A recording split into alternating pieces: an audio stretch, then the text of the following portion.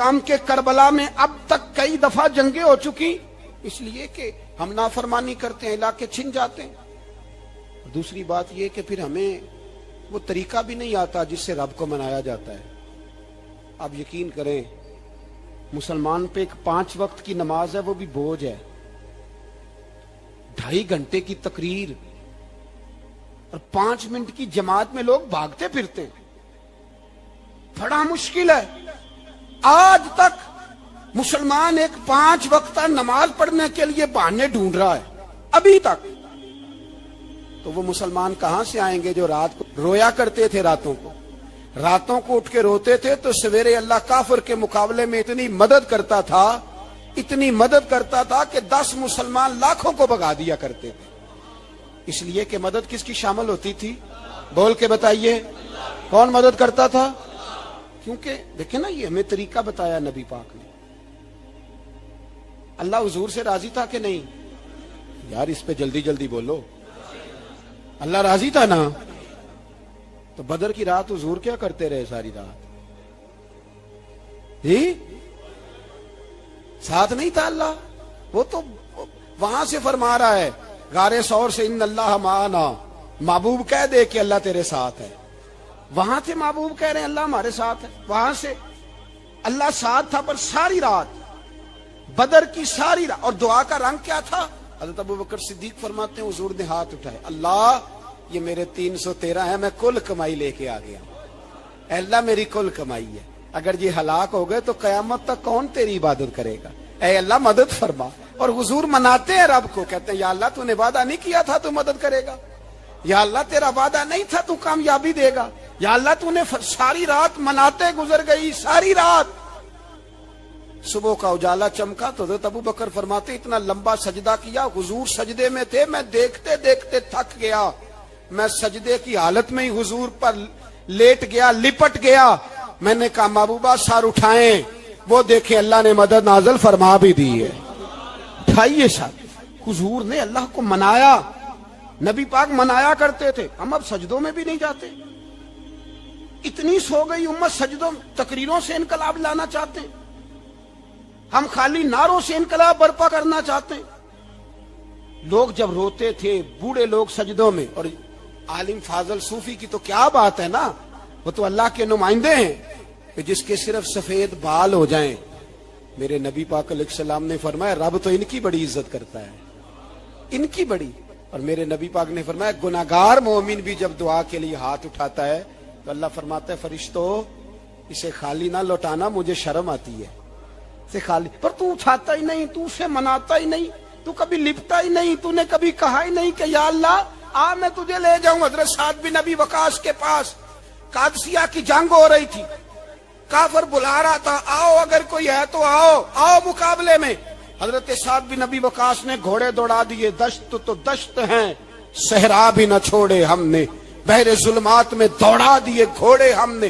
حضرت سعد بن ابی وقاص نے گھوڑے دوڑائے، آگے دریا آ گیا، کوئی پل نہیں، کوئی شے نہیں، اسلام کی عزت کا سوال ہے۔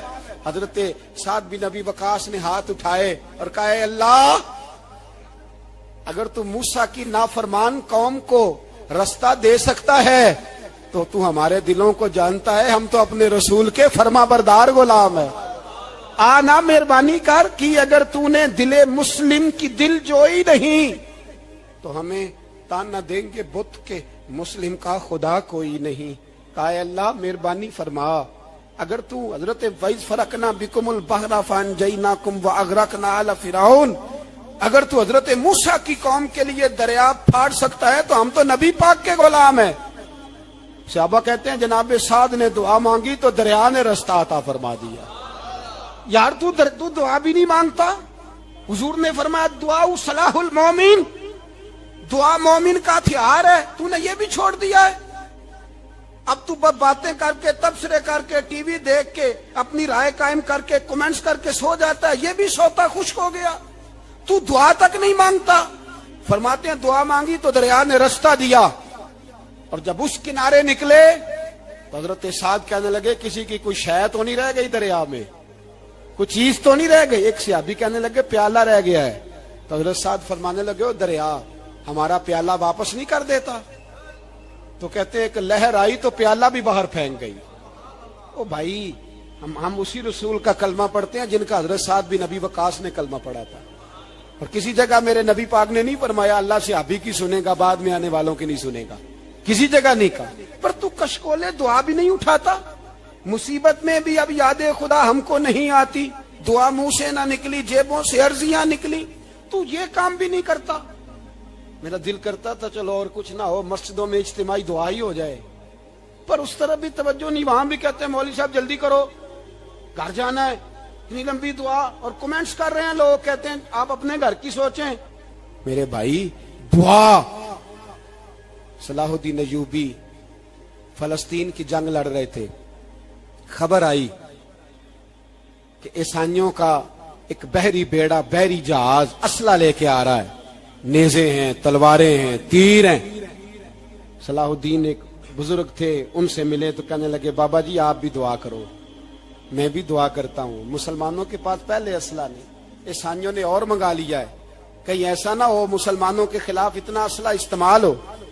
یہ بات کہی, بابا جی کو دعا کا کہا, خود مسجد اقصی میں ساری رات روتے رہے. صلاح الدین ساری رات, ہمارا حکمران جسے ربنا آتنا فی الدنیا پوری نہیں پڑھنی آتی, اور اب تو ایسے پیر آ گئے ہیں میدان میں جو سورہ فاتحہ سیدھی نہیں سنا سکتے الا ماشاءاللہ. ساری رات صلاح الدین ایوبی روتے رہے. وہ بزرگ کہتے ہیں میں بھی کونے میں تھا, پر جس درد سے اس نے دعا مانگی میں نہیں مانگ سکا.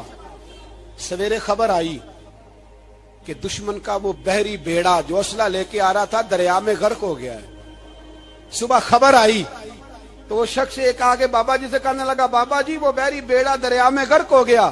تو بابا جی رو پڑے, کہنے لگے دریا میں غرق نہیں ہوا, صلاح الدین ایوبی کی آنسوؤں میں غرق ہو گیا ہے, اس کے آنسوؤں میں غرق ہو گیا ہے. اس نے رب سے دعا ہی ایسی مانگی, اس کے آنسوؤں میں.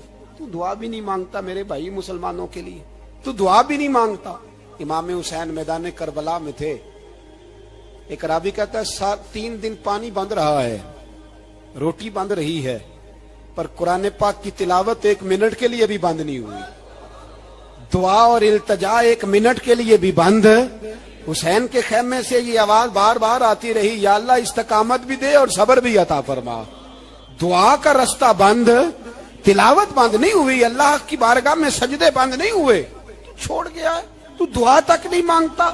دعا تو انقلاب برپا کر دیتی ہے, دعا تو حالات بدل دیتی ہے, دعا تو تبدیلی لے آتی ہے. کوئی بیٹھا ہوا مجھے دور دعا دیتا ہے, بس دعا دیتا, فقط دعا دیتا ہے. کوئی بیٹھا ہوا مجھے دور دعا دیتا ہے, میں ڈوبتا ہوں پر سمندر اچھال دیتا ہے. وہ بھائی تو دعا بھی چھوڑ گیا. پہلی بات آپ کی خدمت میں یہ ہے کہ جاگیں, مسلمان بنیں. دوسرا کچھ نہیں کر سکتے تو دعا تو کر سکتے ہیں نا, دعا کا رستہ اپنائیں. اور پھر میرے نبی پاک علیہ السلام نے 2 باتیں فرمائی, کان کھول کے سن لینا. 2 باتیں حضور نے فرمایا ایک وقت آئے گا کہ میری امت کے خلاف کافر ایک دوسرے کو آوازیں دیں گے, آؤ مسلمانوں کو ماریں, آؤ مسلمانوں. تو صحابہ نے کہا یا رسول اللہ کیوں, ہم تھوڑے ہو جائیں گے؟ فرمایا نہیں, تم بہت زیادہ ہوں گے. 56 اسلامی ملک ہیں دنیا میں, کتنے بول کے بتانا ہے. اتنا سا برما ہے, کسی غیر مسلم کا کتا مر جائے تو یہ چیخ پڑتے ہیں, اور یہاں کہتی ہے اقوام متحدہ کہ جی وہ ہمیں داخل نہیں ہونے دے رہے. تو بند کرو پھر سلامتی کونسل, تحلیل کر دو, اقوام متحدہ ختم کرو. اگر تمہاری کو سنتا نہیں تو بنائی کیا ہے, صرف مسلمانوں کو پریشرائز کرنے کے لیے. اور ہمارے مسلمان بھیک مانگتے پھرتے ہیں, کہتا ہے کہا ہے ہم نے اقوام متحدہ سے. اب تم اپنے لیے کافر سے بھیک مانگو گے, کافر سے بھیک مانگو گے. میرے عزیز نبی پاک علیہ الصلوۃ والسلام نے فرمایا کافر ایک دوسرے کو بلائیں گے مسلمانوں کو مارے. یا رسول اللہ ہم تھوڑے ہوں گے؟ فرمایا بہت زیادہ ہوں گے. تو حضور کیا ہوگا؟ فرمایا تمہیں وہن ہو جائے گا. یا رسول اللہ وہ کیا ہے؟ فرمایا دنیا سے پیار ہو جائے گا, مرنے کو دل نہیں کرے گا. دنیا سے اور مرنے کو. اس وقت سمجھ لینا کافر تم پہ حاوی ہے. میں اپنا اندازہ کروں, آپ اپنا کریں. مجھے دولت سے کتنا پیار ہے اور آپ کو کتنا پیار ہے. جھاگ کے سنیں یہ لفظ رسول پاک کے صلی اللہ علیہ. حضور نے فرمایا جب تجھے دنیا سے پیار ہو جائے,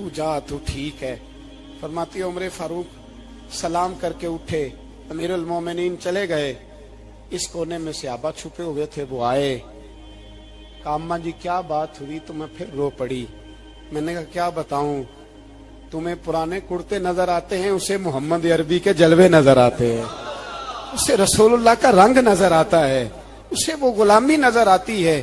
عمر کو دنیا سے پیار, اور دنیا سے پیار نہیں تھا. دعا پتہ کیا تھی؟ یوں جھولی اٹھا کے اللہ مرزقنا شہادتن فی سبیلک وجعل موت فی بلد حبیبک. اللہ عمر کو بسترے والی موت نہ دینا, موت شہادت کی دینا.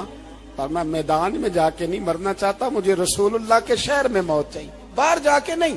یہی میدان لگے مدینے میں, یہی موت آئے, اسباب بنا. میں مدینہ بھی نہیں چھوڑنا چاہتا. او بھائی ان لوگوں کو نہیں پیار تھا. جناب صدیق اکبر کا وصال ہوا تو زہر کے اثر سے, وہ جو آپ کو زہر لگا تھا, بعض مفسرین نے لکھا ہے کبھی کبھی وہ جو سانپ نے ڈسا تھا تو کبھی کبھی اس کا اثر آتا تھا, بس اللہ نے شہادت دینی تھی کبھی کبھی, ورنہ تو بڑی شفائیں تھیں. حضرت عمر شہید, حضرت عثمان, جناب علی, امام حسن, امام حسین, علی اکبر, علی اصغر, حضرت عباس, حضرت سعد بن معاذ, حضرت امیر حمزہ, مصعب بن عمیر.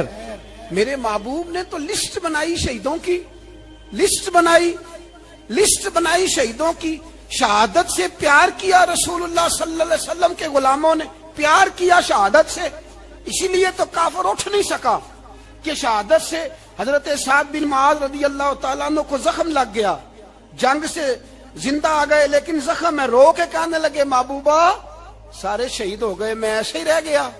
حضور نے فرمایا نہیں, رب تجھے بھی شہادت کی موت ہی عطا فرمائے گا. اسی زخم میں پردہ ہو گیا. میرے بھائی حضرت عمر بن جموع رضی اللہ تعالیٰ عنہ 4 بیٹے لے کے احد کے میدان میں آئے. کہا محبوبہ میرے 4 ہی تھے, میں سارے لے آیا ہوں, سارے ہی قبول ہیں؟ اور میں ٹھیک ہے. پھر خود بھی زرہ پہن لی. ایک ٹانگ سے لنگڑے تھے, ٹانگ چھوٹی تھی. حضور نے فرمایا تو نے کیوں لباس پہن لیا ہے؟ کہا حضور میں نے بھی تو جہاد پہ جانا ہے نا. حضور نے فرمایا تیرے 4 بیٹے جو جا رہے ہیں. تو کہا یا رسول اللہ کیا لنگڑے جنت میں نہیں جا سکتے؟ حضور لنگڑے اللہ کو قبول نہیں, میں نہیں جا سکتا. تو میرے نبی پاک صلی اللہ علیہ وسلم نے فرمایا نہیں, جنت تو تیرا انتظار کر رہی ہے. کہا حضور پھر میں بھی جاؤں گا, بچے جائیں گے تو میں بھی جاؤں گا. ایک بی بی احد کے دن 3 سال کا بچہ لے کے گھر سے نکلی. بیبیوں کو کہتی ہے میرا خامد بھی بدر میں شہید ہوا, بھائی بھی اور باپ بھی. آج حضور نے پھر بلایا ہے. دل کرتا تھا کوئی جوان بیٹا ہوتا تو میں پیش کرتی, پر اب میرے پاس یہ 3 سال کا ہی ہے. بچہ لیا مدینے میں, مسجد نبوی میں. حضرت بلال سے کہنے لگی 2 منٹ حضور کا دیدار چاہیے. نبی پاک آئے. کیسے آئی ہو؟ کہنے لگی محبوبہ میں شہید کی بیٹی, شہید کی بہن, شہید کی بیوہ ہوں. میرے پاس اب جوان تو کوئی نہیں, یہ 3 سال کا ہی ہے. حضور نے مسکرا کے فرمایا یہ کرے گا کیا کرے گا؟ کہنے لگی حضور سنا ہے اسلحہ تھوڑا ہے, ڈھال کی ضرورت ہے. لوہے کی ڈھال ہوتی تھی, جب تلوار آتی تھی تو آگے کی جاتی تھی. کہا محبوبہ میرا شہید کی اماں بننے کو بڑا دل کرتا ہے, یہ میرا 3 سال کا لے جاؤ, جب تیر آپ کی طرف آیا تو میرا بیٹا آگے کر دینا, یہ ڈھال کا کام تو دے گا نا. ہنستے ہوئے محبوب کی آنکھوں میں آنسو آئے. بچے کو پکڑ کے سینے سے لگایا, ماتھا چوما, فرمایا جا تیرے ساتھ وعدہ ہے قیامت کے دن تجھے شہید کی اماں کہہ کے ہی پکارا جائے گا. وعدہ ہے تیرے ساتھ تجھے شہید کی. میرے بھائی مرنے کو دل ہی نہیں مسلمان. میرے نبی پاک صلی اللہ علیہ وسلم نے فرمایا جس کے دل میں کبھی شہادت کی آرزو پیدا نہیں ہوئی, اس کے سینے میں دھڑکنے والا دل مومن کا ہے ہی نہیں, وہ تو منافق ہے. جو کبھی دین کے رستے میں شہید ہونے کو, میرے بھائیوں دین کو بڑی ضرورت ہے, بڑی ضرورت ہے, بڑی. اے خاصائے خاصان رسول وقت دعا ہے, امت پہ تیری آ کے عجب وقت پڑا ہے. وہ دین جو بڑی شان سے نکلا تھا وطن سے, پردیس میں وہ آج غریب الغربا ہے. فریاد ہے اے کشتی امت کے نگہباں, بیڑا یہ تباہی کے قریب آن لگا ہے. اور ایک شاعر قلم توڑ گیا, کہنے لگا تجھ سے فریاد ہے اے گنبد خضرا والے، تجھ سے فریاد ہے اے گنبد خضرا والے، کعبے والوں کو ستاتے ہیں کلیسا والے، تجھ سے فریاد ہے اے گنبد خضرا۔ اپنے اندر دین کا درد پیدا کرو، ذوق پیدا کرو، مسلمان بن کے جینا سیکھو۔ جب کوئی برادری پوچھے تو کہو میں محمدی ہوتا ہوں، میں مصطفی ہوتا ہوں، میں رسول اللہ کا غلام ہوتا ہوں، میں پہلے مسلمان ہوں، باقی کچھ بعد میں ہوں۔ خدا را اپنے گھر میں پردہ کراؤ، خدا را رزق حلال کھاؤ۔ اگر پردے نہ ہو، رزق حلال نہ ہو تو جذبہ جہاد پیدا نہیں ہوتا۔ خدا را اپنے اندر انقلاب برپا کرو، دین کے لیے جینا سیکھو۔ دین بڑا تڑپتا ہے، دین بڑا روتا ہے۔ رسول اللہ آج تجارت کرنے والے ملتے ہیں، آج سیاست کرنے والے ملتے ہیں، دین والے نہیں ملتے، دین کے درد والے نہیں ملتے۔ اپیل ہے آپ سے، آج رات 2 نفل پڑھ کے اور کچھ نہ ہو سکے تو مسلمانوں کے لیے دعا ضرور کر دینا، ان کے لیے دعا ضرور کر دینا۔ اپنے آپ کو بیدار کرو، بیدار کرو۔ بھئی ہم تو آج تک اس لیے ڈر رہے ہیں کہ ہمارا چہرہ ہی نبی پاک جیسا نہیں بن سکا، تو داڑھی رکھنے میں بھی ہم ڈرتے ہیں، نمازی بننے، مسجد آباد کرنے میں، مسلمان کہلانے میں بھی تو خوف ہے۔ تو بتلاؤ نا، اس سے آگے بات کب چلے گی؟ جہاد کی بات تو بڑی آگے جا کے، بدل جاؤ، رسول اللہ کا غلام بن کے جینا سیکھو۔ نبی پاک صلی اللہ علیہ وسلم کی غلامی کا پٹا اپنے گلے میں ڈالو۔ یہی امام حسین کی سوچ ہے، یہی امام علی مقام کا پیغام ہے، اس کو کبھی فراموش نہ کرنا۔ امام حسین ہمیں بتا گئے سارا کچھ لٹ جائے پر دین کے اندر کوئی نقص واقعہ نہ ہونے پائے، کوئی شرابی، کوئی بے ایمان، کوئی لٹیرا کبھی اس کے سپورٹر نہ بننا۔ ہمیشہ وہ کسی شاعر نے کہا تھا، ہم سے نہ رقم ہوں گے قصیدے یزید کے۔ کسی نے کہا، کسی ظالم نے میری سپورٹ کر، میری بات کر، تو اس نے کہا ہم سے نہ رقم ہوں گے قصیدے یزید۔ تو حضرت رابعہ بصریہ فرمانے لگی چھوڑ دے، ایک بخشا ہوا ایک بخشی ہوئی کا کفن چوری کرے گا، بس کر، چھوڑ دے۔ تو کہتے میں کام کے پیچھے گرا تو میں نے کہا اماں تو بخشی ہوئی ہے، تیرا تقوی، پرہیزگاری، خوف خدا زمانہ جانتا ہے، پر میں کیسے بخشا ہوں؟ میں تو پاپی ہوں، میں نے تو ساری زندگی گناہ کبیرہ کیا، مردوں کے کفن چوری کی، میں کیسے بخشا گیا؟ تو اماں کہنے لگی، بولے کل جس نے بھی میرا جنازہ پڑھا ہے رب کریم نے سب کی بخشی فرما دی ہے، بخشے گئے سارے جنازے میں آنے والے۔ اللہ اپنے بندوں کو یہ شان عطا فرماتا ہے۔ میرے حضرت قبلہ عالم دوستو، دیانتداری سے کہتا ہوں، مسجد میں بیٹھا ہوں اس وقت، اگر وہ والی سیرت جو کتابوں میں ہم ولیوں کی پڑھتے ہیں وہ اگر کسی شخص میں پائی جاتی ہے تو وہ میرے شیخ میں پائی جاتی ہے، میرے حضرت میں۔ ابھی آپ جب آئے، لوگ کہتے ہیں آپ کی آخری ملاقات کب ہوئی؟ تو میں کہتا ہوں آخری ہوئی نہیں، کبھی نہ کبھی ہوگی۔ یہ کیسے ہو سکتا ہے؟ مالی دا کم پانی دینا، پھل پکے ہون یا کچے، پیر مریداں دے سر تے رہندا ہے، وہ جھوٹے ہون یا سچے۔ ہماری تو ملاقات آخری کی، ہم تو جنت میں بھی کٹھے رہیں گے، ان کے قدموں میں رہیں گے، اور ہم اللہ سے دعا مانگتے ہیں، جنت میرے کس کاری جتھے یار نظر نہ آوے، او دوزخ مینوں لکھ بہشتاں جتھے سونا آوے جاوے، تو وہاں بھی کٹھے ہوں گے۔ میں ابھی آخری دفعہ جب گیا تو یہ عزیزم ابرار بھی میرے ساتھ تھے، اجازت ہی 2 لوگوں کو ملی وہاں تک جانے کی، آپ کراچی تشریف فرما تھے، تو میرے ساتھ تھے۔ 2 گھنٹے ہم بیٹھے رہے، بے خبر ہو جو غلاموں سے واقعہ کیا، 6 7 8 گھنٹے انتظار کرنا پڑا، شکن بھی نہیں آیا۔ نکاح جی کہتے ہیں اسے بٹھاؤ بٹھاؤ، تو بندہ کسی جگہ کا اپنے آپ کو کتا بھی کہے تو کتے تو بیچارے ساری دیہڑی باہر بھی نوکری کر جاتے ہیں، یہ بھی نہیں کہتے میں نے اندر آنا ہے، وہ تو کبھی کہتے ہی نہیں۔ انہوں نے کبھی کہا ہے بندہ سگ بھی کہلائے اور پھر وہ ڈیوٹی بھی اور طرح کی کرے، نوابوں جیسی ڈیوٹی کرنا اور بات درویشی اور غلامی کی کرنا، یہ کیسے؟ 2 باتیں تو نہیں ہوتی، بات تو ایک ہوتی ہے۔ جڑیاں خصماں دی وچن عذاب وسن، بھاگ جاگ جاندے ہو نہ گولیاں۔ کئی گھنٹے انتظار کیا تو تو کئی لوگ آئے, حضرت کب آئیں گے, چلے گئے, کئی آئے. تو وہاں ایک مولانا بوڑھے بیٹھے تھے, مولانا اسرائیل ان کا نام تھا. تو مجھے کہنے لگے مولانا آپ نے نہیں جانا. میں نے کہا جی ہم نے کہاں جانا ہے, ہم تو یہاں رہنے کے لیے آئے ہیں. جب ان کی ایک دو شخص نے تھوڑی سی میرے اوپر تنقید کی نظر بھی ڈالی کہ یہ کب سے آیا ہے, تو کچھ ہوتا تو ملاقات نہ ہوتی, اور ہم ہیں بھی نہیں, ہم کچھ بھی نہیں. ہمارا تو چوتھے درجے کے نوکروں میں نام آ جائے تو بڑی بات ہے. چوتھے درجے کے نوکر, نوکروں کو بھی کس میں ہوتی ہے نا, ایک سیکٹری ہوتا ہے, ایک چوکیدار ہوتا ہے, ان کے پاس بھی چابیاں وابیاں ہوتی ہیں, ایک بار والا ہوتا ہے, ایک چوتھے پانچویں درجے کا نوکر ہوتا ہے جس کو کبھی کبھی بتایا جاتا ہے چل گاڑی دھو دے, چل تو آ جا. ہم تو چوتھے درجے کے نوکر بننے کو بھی بھائی بڑے تیار ہیں, اور ایمانداری سے تیار ہیں. وہ رکھ لے بس مہربانی. تو حضرت بیٹھے رہے, دیر ہو گئی, تھک جاتا ہوں, تھک گیا, بات آگے نکل گئی. اب بیٹھے تھے تو تنہائی تھی.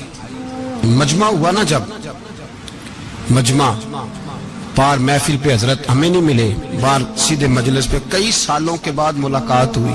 چر ہویا مینو ترلے لیندے کدی موڑ میرے ول واگاں, خواب میری ایک وار جے آویں میں ساری عمر نہ جاگاں. دیر ہو گئی, میں بڑا ترسا ہوا بیٹھا تھا. کئی گھنٹے بیت گئے, بیٹھے رہے.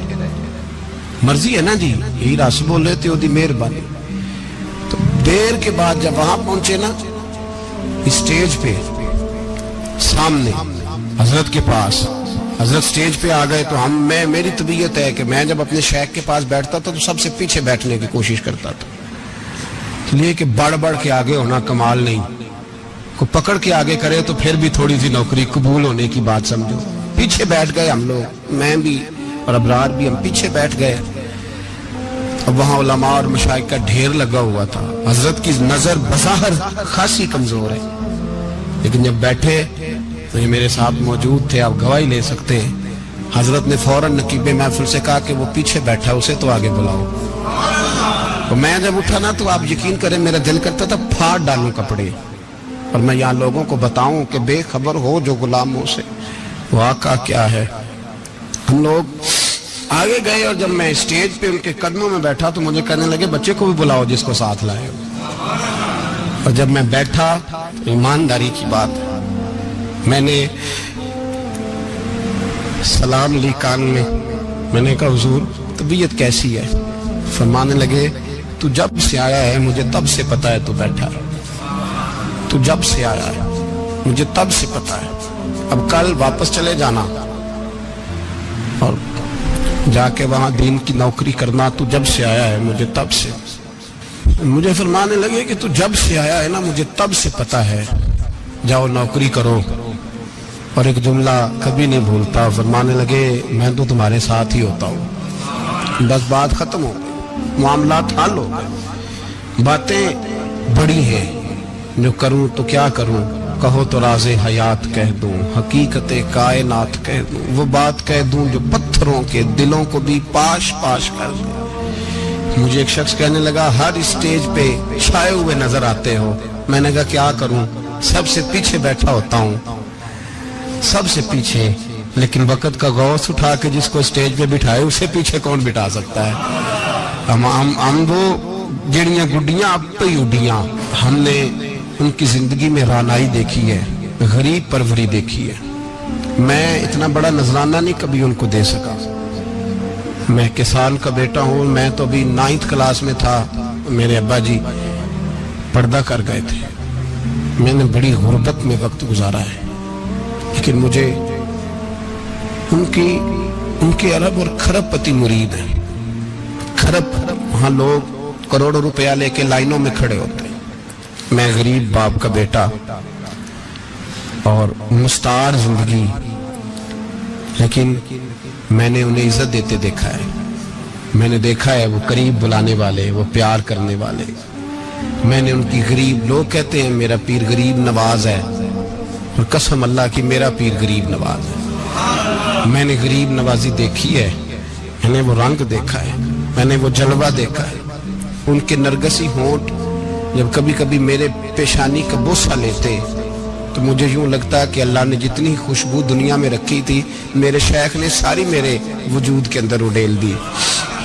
بریلی سے جب میری واپسی تھی اور میں پلٹ رہا تھا تو میں ملاقات کرنے گیا، میری طبیعت میں یہ رانائی تھی کہ خدا خیر کرے، میں پلٹ رہا ہوں۔ میں ملاقات کر کے جب واپس باہر آ گیا، میرے ساتھ ایک شخص تھا تو مجھے پھر بلایا، اور جب میں دوبارہ اندر گیا تو مجھے اپنی جیب سے کچھ روپے نکال کے دیے، فرمانے لگے یہ خرچ ہے آنے جانے کا اور کبھی محسوس نہ کرنا۔ مجھے وہ سب لوگوں کے بیچ میں دیتے تو میرے لیے اعزاز تھا، لیکن میرے جیسے غریب کو نوازنا بھی اور اس کی عزت کا بھی خیال کرنا، یہ مقام، یہ رنگ، میرے پاس کروڑوں باتیں ہیں، بلکہ میں صاف کہوں گا کہ انہی کی محفل سوارتا ہوں، چراغ میرا ہے رات ان کی، میں انہی کے مطلب کی کہہ رہا ہوں، زبان میری ہے بات ان کی۔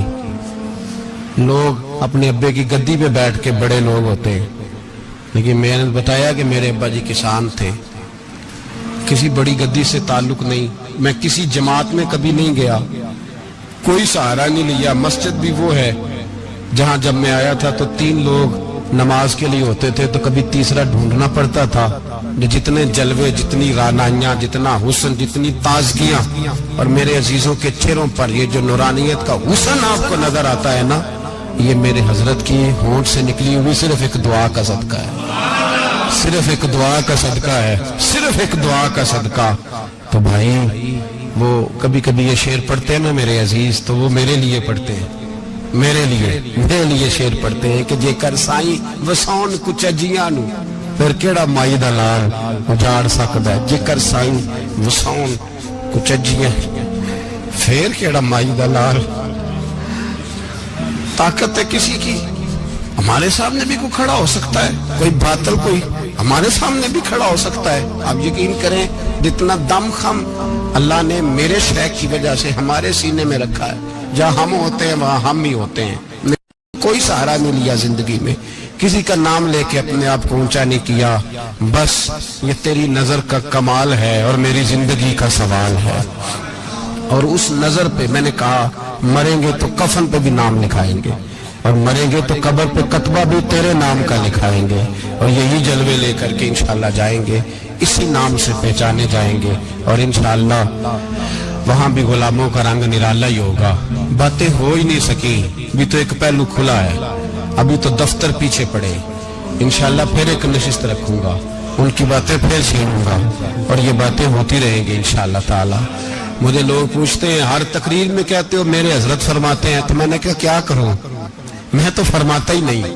آپ یقین کریں تیاری کوئی کرتا ہوں، جمعہ میں تقریر کوئی اور ہو جاتی ہے، وہاں کچھ اور، کتابیں کچھ اور دیکھ کے آتا ہوں، یہاں کچھ اور ہو جاتی ہے، پھر سمجھ آتی ہے کہ تو بولنے والا ہے ہی نہیں، کوئی اور ہے جو تجھے سبق پڑھاتا ہے، جو تجھے کہتا ہے اس طرح کر کے بات کر، اس طرح کر کے۔ ایک شخص مجھے ناروے سے رات فون کر رہا تھا، کہنے لگا حضرت صاحب آپ کی باتیں میرے سیدھے دل میں لگتی ہیں، اور یہاں بیٹھ کے صحیح ہو گیا ہوں، فیس بک پہ سن کے وجہ کیا ہے؟ میں کہتا مینوں بھی نہیں پتا، مجھے پتا ہو تو میں بتا نہ دوں، یہ مجھے نہیں پتا بھائی، مجھے کیا خبر کہاں یہ مسجد جو کہاں دنیا سے بھی دور ہے، اور کہاں ناروے، اور کہاں لندن، اور کہاں سارا زمانہ، اور کہاں یہ دنیا، ہمیں نہیں پتا۔ بس اتنی بات ہے کہ مالی دا کم پانی دینا، پھل کچے ہون یا پکے، تو پیر مریداں دے سر تے ہی رہندا ہے، جھوٹے ہون یا سچے، یہ پکی بات ہے، یہ کنفرم بات ہے۔ اور مجھے تو کبھی کبھی لگتا ہے وہ صرف میرا ہی خیال نہیں رکھتے، جو مجھ فقیر سے جو وابستہ ہیں ان کا بھی بڑا خیال رکھتے ہیں۔ کئی دفعہ مجھے اپنے کئی عقیدت مندوں اور مریدوں کے پیچھے ان کے جلوے نظر آتے ہیں، مجھے ایسے لگتا ہے جیسے چھا گئی ہے ان پر میرے حضرت کی نورانیت، مجھے رنگ نظر آتا ہے اپنے درویشوں میں ان کے حسن کا۔ بس دعا کرے تا ابد آستانہ یار رہے، وہ آسرا ہے غریبوں کا۔ سرکار نے فلاح انسانیت کے لیے جو دوسرا کام کیا نا، وہ لوگوں کو احساس دلایا ہے کہ اگر غلطی ہو جائے تو تم نے بندوں کے سامنے اپنے آپ کو کلیئر نہیں کرنا، تم نے تو رب کے سامنے اپنے آپ کو کلیئر کرنا، اللہ کے سامنے تم نے بچنا ہے کہ میرا گناہ معاف۔ اور حضور احساس پیدا کرتے تھے۔ بخاری شریف میں قبیلہ غامدیہ کی اس عورت کا تذکرہ موجود ہے جو خود آئی تھی, کوئی گرفتار کر کے نہیں لایا تھا, از خود آئی. احساس پیدا ہو گیا نا گناہ کا. یہاں بہت ساری غلطیاں کر کے بھی لوگ جب اپنی بات کرتے ہیں تو کہتے ہیں کبھی یاد تو نہیں کسی کے ساتھ زیادتی کی ہو, یاد تو نہیں کبھی کسی کا. بھئی آپ نے اتنے بڑے ولی ہونے کا دعویٰ کر دیا. انسان تو انسان رہتا ہے. بڑے بڑے لوگ کہہ گئے کہ یا اللہ اگر انجانے میں بھی بھول گئے ہیں تو ہم سے درگزر فرما. لیکن جب ہم تیار ہی نہیں ماننے کو. حضرت انس بن مالک کہتے ہیں وہ خاتون آئی, کوئی پکڑ کے نہیں لایا, کسی 14 دنوں کے ریمانڈ پہ نہیں اسے منوایا گیا, اسے وہ خود بخود آئی.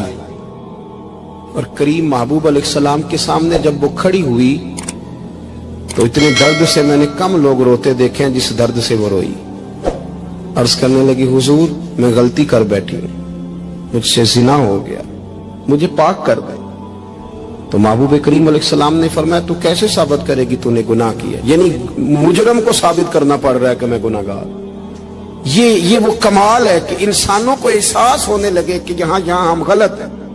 جب اعتراف جرم ہوتا ہے, جب بیماری کی تشخیص ہوتی ہے تو پھر اس کا علاج بھی ہو جاتا ہے. حضرت انس بن مالک کہتے ہیں وہ عرض کرنے لگی حضور میرے پیٹ میں ناجائز بچہ ہے. حضور نے فرمایا جا جب بچہ پیدا ہو تو پھر آنا. وہ 8 ماہ کے بعد آئی تو اس کی گود میں پھول سا بچہ تھا. حضور نے فرمایا واپس جا, جب روٹی کھانے لگ جائے تو پھر آنا. وہ 2 سال 2.25 سال دودھ پلاتی رہی. پھر جب آئی تو بچے کے ہاتھ میں روٹی کا ٹکڑا تھا. کریم محبوب صلی اللہ تعالی علیہ وسلم سے آ کے جب اس نے بات کی تو وہ درد سے روئی, کہنے لگی یا رسول اللہ 3 سال ہونے کو ہیں, میں نے گناہ کیا ہے, میں ساری رات سو نہیں پاتی.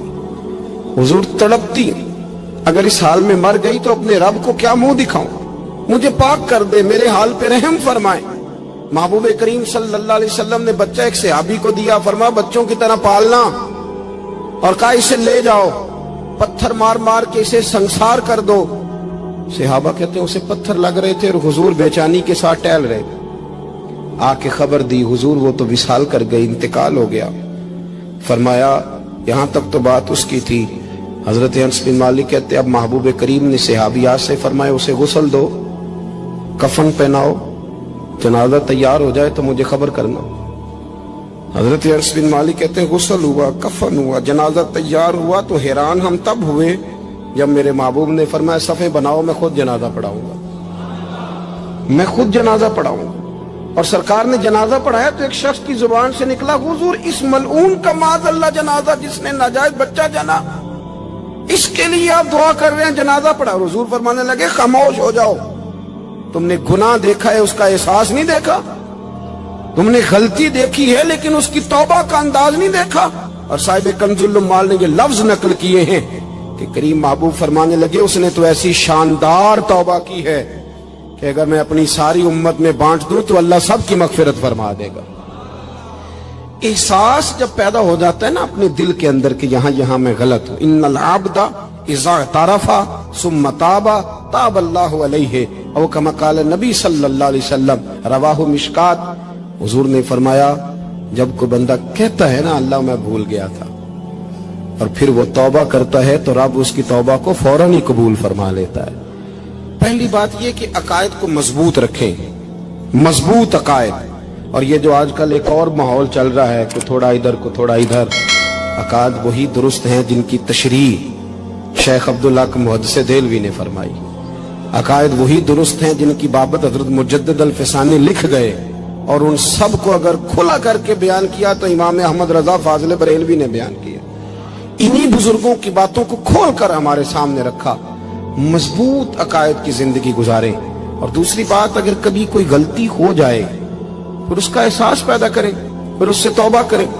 تیسری بات جو فلاح انسانیت کے لیے بڑی ضروری ہے وہ یہ ہے کہ تھوڑا احساس پیدا کریں دوسروں کا. میری زندگی میری ذات سے شروع ہوتی ہے, میری ذات سے.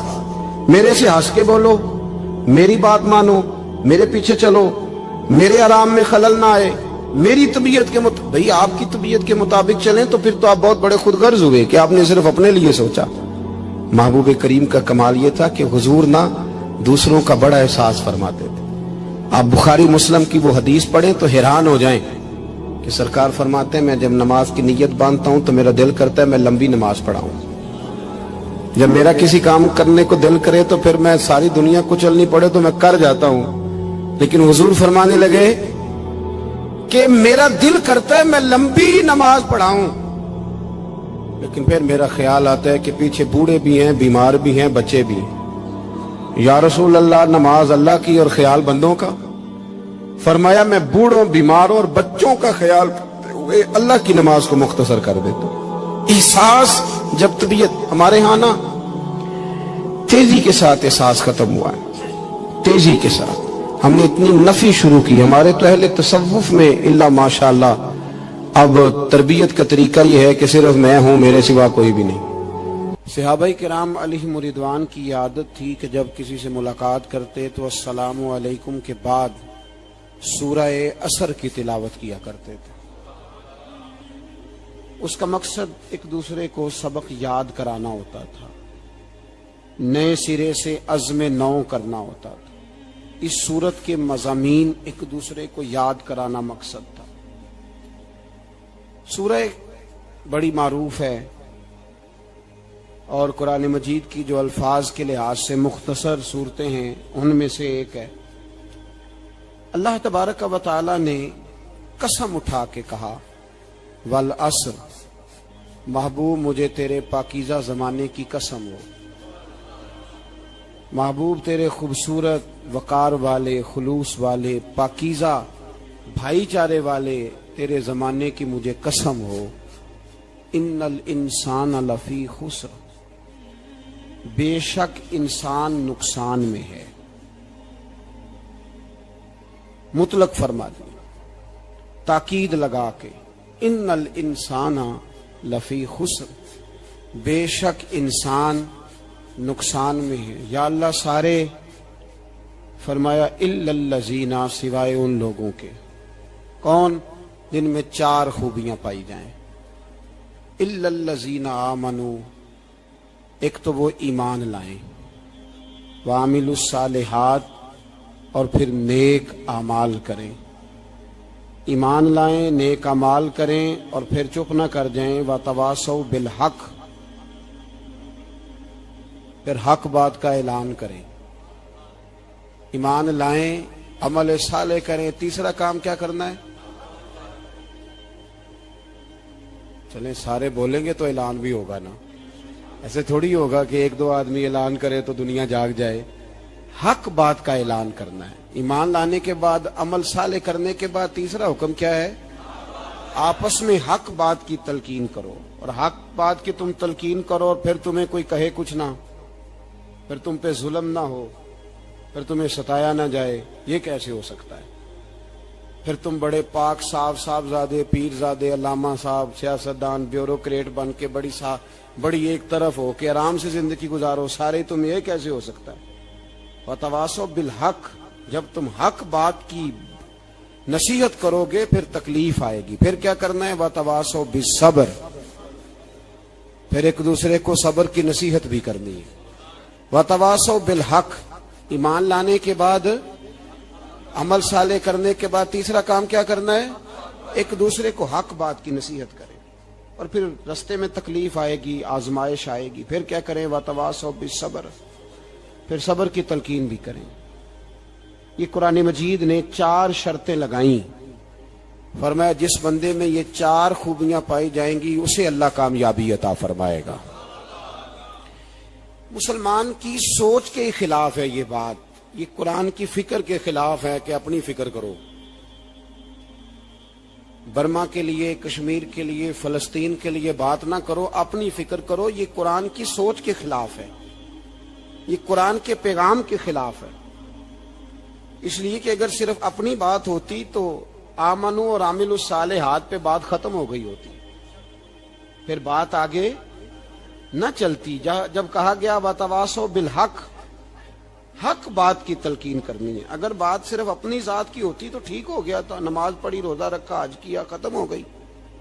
لیکن میرے نبی پاک صلی اللہ تعالی علیہ وسلم نے ارشاد فرمایا ایک بستی میں 2 3 4 نیک لوگ رہتے تھے.